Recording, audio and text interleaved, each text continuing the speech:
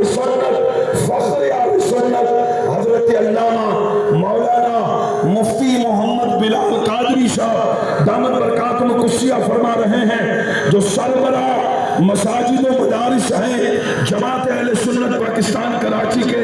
सुनिए, तुम्हें मुबारक हो, हम सारे आज पाक नबी के पाक मिलाद में जमा हुए हैं, क्योंकि याद रखिएगा कुरान में वो इरशाद बारी ताला है, लक़द मन्नल्लाहु अलल मुमिनीन, अल्लाह फरमाता है मैंने मोमिनों पर एहसान किया है, इस बासफ़ीम रसूला, अपना प्यारा रसूल देकर।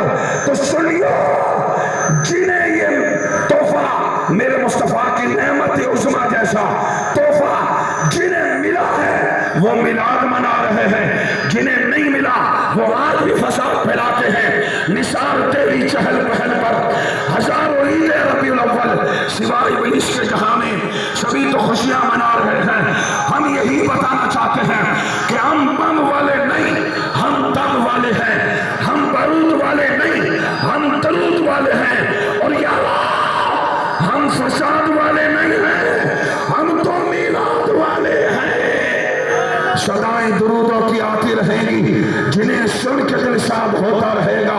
खुदा अहले सुन्नत को आबाद रखे, मेरे मुस्तफा का मिलाद होता रहेगा।